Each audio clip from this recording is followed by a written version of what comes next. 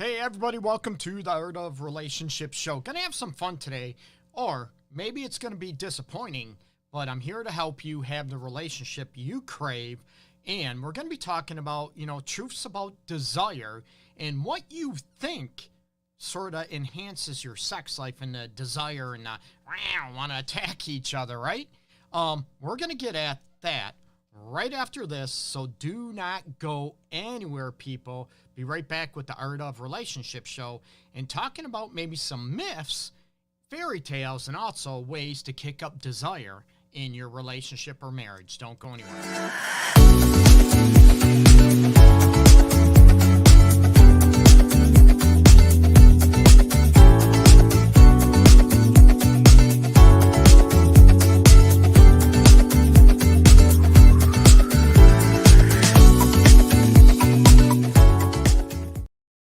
Hey, welcome back to the Art of Relationship show. I'm your host, as always, Love Guru Greg, Greg Dudzinski, fully licensed professional counselor, relationship and sex specialist, have been for over 2 decades now, and going to be talking about desire and what a lot of people assume trigger desire. And that's one of the big discrepancies out there, right? They always say, oh, men want sex or desire women or sex a lot more than women. That's not always true. That is a myth, okay? And before I continue, make sure you drop in your comments down below, your questions. I'd love to answer any of your questions in my typical tripping over my tongue brain fart, if you will, a little bit. So talking about desire, excuse me, a lot of people assume they associate, love and caring with, desiring a person. That is not necessarily the case, okay? Yes, love is important, caring is important, let's be real, right? We want to love one another, we want to care about each other, we have compassion and empathy in relationships. That's what I promote, right? And even with, relationships, I talk about the total connection. I mention this, even in my books, even in, my episodes like I am now, about the total connection, about the mind, body, heart, and soul, okay? And again, it's not perfect, okay? And a lot of people assume, well, if I feel respected, right? Well, it's important, terrific. If I feel cared for, if I feel loved, I'm going to actually feel so much desire and passion for my person. Oh my God, I'm going to rip her clothes off all the time. That's not true. It might be a component, yes, but you think about it, right? Let's think about it, right? Okay, do you love, respect, care for your relative, your mother, your grandmother, your grandfather, father, that type of situation? Does that mean you have desire for them? Ew. Okay, as I gross everybody out. You get my drift though, right? You might have a friend that you love and you care for that friend. That doesn't mean you sexually desire that person. So there's a lot of myths out there. And matter of fact, if you look at the element, everybody assumes need and caring go into desire, and actually, feeling needed or, wanting to be needed or cared for or kill desire. If you think about this aspect, okay, if your partner wants to feel needed so bad, oh, please let me do this for you. Please let me do that for you. Please let me, you get where I'm going with this, okay? So does that kill desire, or does that make you more horny? Does that make you, more desire your partner when they're acting so caring or needed by you? No, it kills desire, okay? Let's be honest, let's be real in those situations. And we're going to come up to those aspects where a lot of people are like, huh, what? Think about this, right? Does your mother want to be needed by you, right? When you were a little kid or even a teenager, and there's a lot of fighting back and forth, right? That your mother still wants to be your mother or your father or grandfather, whoever raised you, cared about you, right? Your sister, your brother, that type of situation, that doesn't necessarily kick up desire, okay? Or passion, not at all. So there's a huge myth. Yes, we want to be loved. We want to be cared for and have compassion and empathy in a relationship. I promote those things. But there's sort of a hitch, if you will, to where that doesn't necessarily bring up desire. And if you think there's a lot of people in roommate air quotes, right? Everybody hates air quotes. In a situation where you live as roommates, okay? You loyal to each other. There's no cheating. You respect one another. But you know what? You think about sex with that person, you're like, no, not at all. I just don't feel it, right? That chemistry, that vibe is going on. So I'm here to help you. And what do you do to kick up those vibes and that energy when it comes up to a relationship? And, what sort of triggers desire, what you can use to trigger desire in your relationship. And a lot of people will look at, both partners need to be on the same page. Let's be real, okay? You might want to have a tickle fight, whatever, and kick up passion that way, and your partner might not like that. So you have to do what works for each other. But a lot of people are, maybe BSing themselves. They're lying to themselves. What really kicks up desire, right? Because you want to cuddle and feel safe with somebody. That doesn't necessarily mean you want to have sex with that person or you crave them in an animalistic sexual fashion, okay? You can be just friends and cuddle bugs and all that aspect. Great, terrific. But most people are in a relationship or in a marriage, not all. Again, I'm not judging or being biased. Most people are in a relationship or in a marriage, right, for sex, too, right? That's a huge component of it. Other than that, why would you be in a relationship or romantic relationship or a marriage if sex wasn't a component? Again, I'm not judging or bashing. If you are one of those individuals, then you need to be with someone that could care less about sex. Again, it's not a right or wrong. It's what works for you. But when you're talking about compatibility, most people don't want just friendship. And this is one thing that a lot of people will talk about, right? I want to be friends first in a relationship. And friends are important in being friends and trust and loyalty. But that doesn't necessarily mean you have desire or you have chemistry, sexual chemistry with that person. Say you be friends and you're hoping it turns into a romantic interest or sexual chemistry, right? And you're hoping it does. A year later, it still might. 5 years later, it still might. 10 years later, it still might. You get my drift? That doesn't necessarily mean it's going to turn into sexual chemistry of what you crave in a relationship or what you might crave in a relationship. Remember, drop your comments down below, people, okay? Not a big deal. And throw out your questions, your comments. I'd love to see them and answer any questions possible I can, okay? And again, the show, it's not to replace couples therapy or, therapy, psychotherapy, counseling in general. It's here to help you kick up your relationship that you can implement in your own life, and you can start it right now, today, okay? So, going back to, the friend zone, and I get that a lot of people on my posts, and I respect it, right? Well, I'm looking for friends first. Well, you can be friends, right? But most people are not looking for maybe friends if they're looking for a romantic interest or looking towards marriage. They're looking for the sexual chemistry to go along with the friendships. So everybody talked about that friend zone, right? How many people have been friend zoned in their life? And most of us have, let's be real, okay? Where a person, they like you, they want to hang out, have fun, but just, let's face it, that sexual chemistry just is not there, or that sexual appetite or desire is not there for that person. I've friend zoned people before, I'm sure we all have, and we've been friend zoned. So there's a huge myth on what correlates to desire in enticing that craving for one another on that level. So a lot of people you look at that might fight and argue, and all of a sudden they rip each other's clothes off, right? That, make up sex, if you will, that they crave each other after making up sex. And a lot of people don't get that because, right?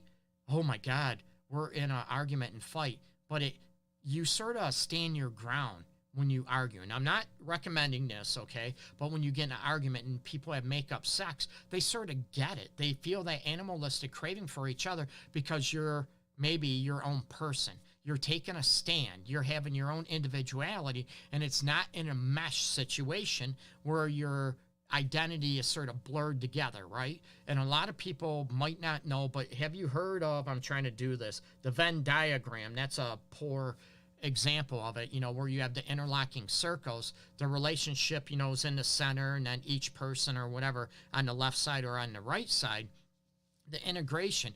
So when a lot of people get a mesh and they lose themselves, they sort of lose desire for their person, or maybe lose their sexual desire for themselves as well when it comes into that realm in a relationship. So that can kill it as well. So you look on, okay, a mother's caring, a grandmother's caring, let's face it, a father's caring, sister, brother, whatever, right, is not a turn on, right?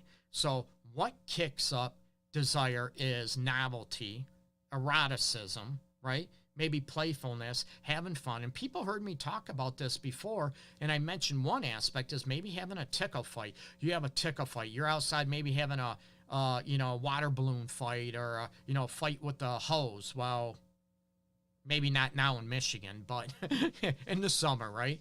Everywhere else has warm weather. Yeah, great. You can have fun.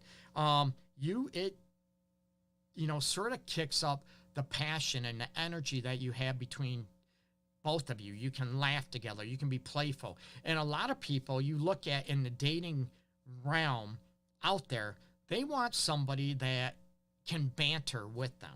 A lot of people, right, it's a huge turnoff if you can't banter with your partner. You joke around, be playful, or the one person, or maybe it's you, that gets their feelings hurt. And there's not that, and I'm not talking about the difference, guys ripping each other, being disrespectful according to women. I'm not talking that, but the banner where you can be playful and joke around and sort of, joke and rib each other now and then without being, disrespectful, and it can be fun. That banner going on. And a lot of people look for that in the dating realm because they know it can create a lot of energy and a lot of sexual tension from that banner and that playfulness that you have back and forth. And a lot of people, right, are you turned on by someone that is a doormat, that is a people pleaser, that is always about yes, dear, yes, sir, yes, no, those type of situations. Did I say yes, no? That's a contradiction. Sorry. But you're able to look at that are always people pleasing, that never stand up for themselves. And to a lot of people, that goes back down to not being a turn on for most people because they don't stand their ground. They don't have maybe proverbial backbone, and they're not able to, stick up for themselves and put their foot down and say no. How many people want someone that sort of can put them in their place once in a while in a respectful manner? You're not talking about disrespect, okay? So a lot of those situations you look at come from the playfulness, the banter, the novelty in the relationship, right? And a lot of people they go through the same routine every day, right? You might give each other a hug or a kiss like grandma, like you kissed your mom on the cheek or that type of situation, or you hug each other like a mom, or you're hugging your grandma or grandparents, that type of situation. That does not bring eroticism at all. That doesn't bring passion. So again, I'm going to say, a lot of people that say they want to be friends first, how many people have said, I'm not looking for friends? That's if I'm dating and I'm looking for a long-term relationship. No offense, I'm not looking for friends. I want that in a relationship, don't get me wrong, but I'm also looking for the banter, the playfulness, and of course the sexual chemistry that go along, right? A lot of people might look, I have a lot of friends. I don't want another friendship. I want a romantic interest. And part of that, let's be real, is the sexual chemistry. Do you vibe and your toes curl when you kiss each other? When you even see each other, that you want to, rip each other's clothes off. That type of situation. Not all the time, but in that sexual chemistry doesn't have to be the animalistic all the time. No, it can be loving and sensual and slow and eye-to-eye contact, absolutely. And it can be that part of animalistic where you just want to ravage each other, right? So there's a lot of myths out there, and I'm going to clarify them, and a lot of people might argue or disagree with me, and that's okay. But I'm looking at statistics, I'm looking at research, and I'm also looking at my own work, with couples, with this realm about the sexuality and the discrepancies and what triggers it.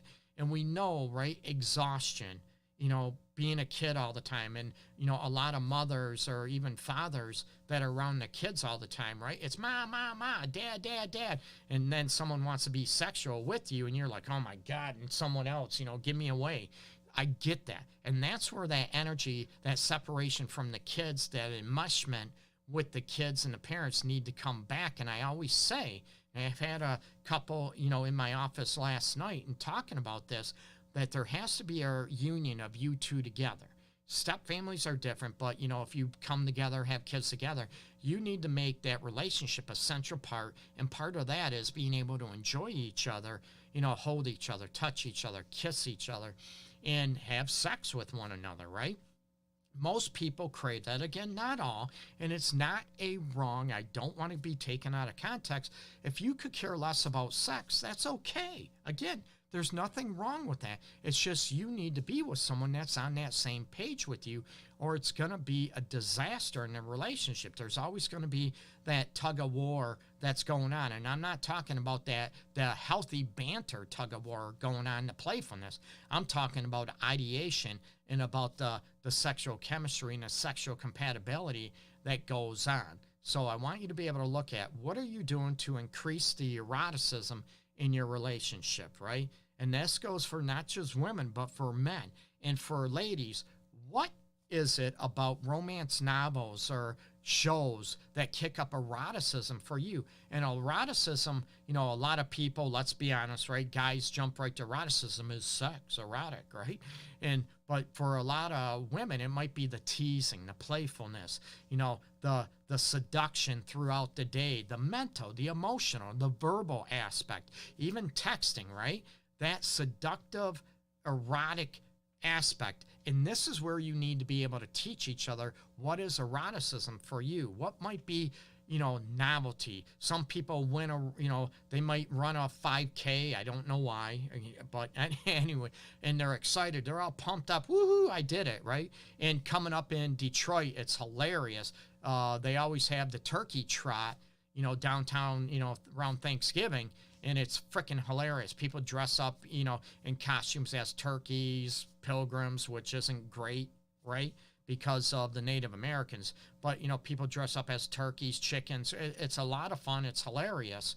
And, it's the playfulness. What pumps you up? What brings passion to you when you get a promotion, when you get, maybe the job you wanted, you pass an exam in school and you're all geeked up because you thought you failed. It gets you pumped up in passion. That gets you more in the mood, right? To have sex. So what would you do to create that in your relationship and to bring novelty and to bring, the mystical element back into your relationship and the playfulness, right?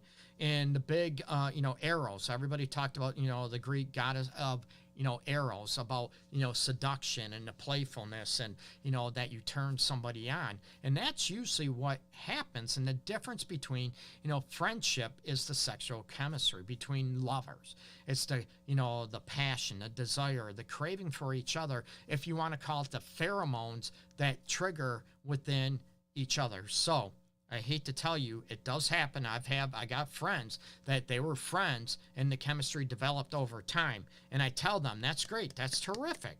But I'm going to tell you, that is single digit percentages, right? It usually does not happen. And I'd rather go with the percentages. Again, there's always outliers. There's always exceptions to the rules out there that, oh, you want to marry your friend because sex isn't everything. How many heard that from their parents, their grandparents, whoever raised you?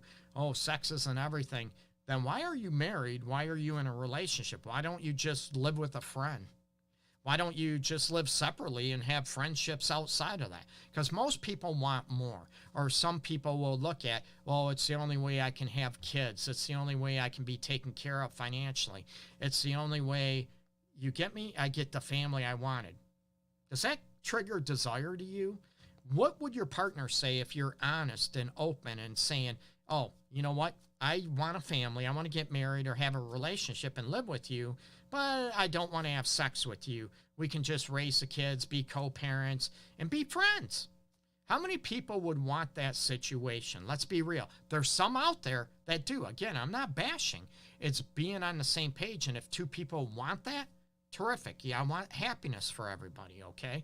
But most people don't want that, and they're going to look at, or some people are going to look at and they're going to change their mind, right? Oh, they'll want sex. They're just saying that, and they don't. They're being honest. And then you get married, right? And then you have a couple kids. And now what happens, right? You get stuck, and I don't want anybody stuck. Or, do you end up in divorce because of that? Or one person cheats, and I never condone cheating, so please, no. And then the one person that maybe doesn't want to have sex at all, doesn't care about it, and the other one goes out and has sex with somebody else, cheats, and then they get upset. Why did you cheat on me? You're like, but you don't want sex. You flipped the script, and I'm all about fixing that and healing that and looking at what can kick up the desire and playfulness in a relationship. And like I mentioned about, a while ago, a couple months ago when I talked about desire again, desire equals pleasure. Let's be honest. The more pleasure you get, the more you desire sex. The more you desire that type of connection with a person, with your person, okay? And you think about in a relationship, how many people have had hot sex with somebody else, but you didn't get along. You were fighting all the time, right? And people look at, why would you want sex? Because it's hot. You had that animalistic, craving for one another, but you didn't really get along that well. So there's that myth out there that, yes, you can be friends, but that doesn't necessarily mean that the desire and the sexual craving is going to be there. And again, we're not talking that that's there 24/7, no. But it's about what do you do to make it an important element, a priority in your relationship. And it's hard to do, especially if you have kids, right? Or health issues, right? There's people that have maybe high blood pressure, diabetes, back problems. They've been in maybe a bad accident or degenerative arthritis, those type of elements that go on. And it might be, painful, and it's very difficult. That's where the friendship and everything come in. And can you still kiss one another and still touch each other in an intimate way and not just in a friendship way to keep the element going and the eroticism and the spark going in your relationship, right? So hopefully these tips will help you, and you can kick up the desire and the novelty in your relationship and the passion going.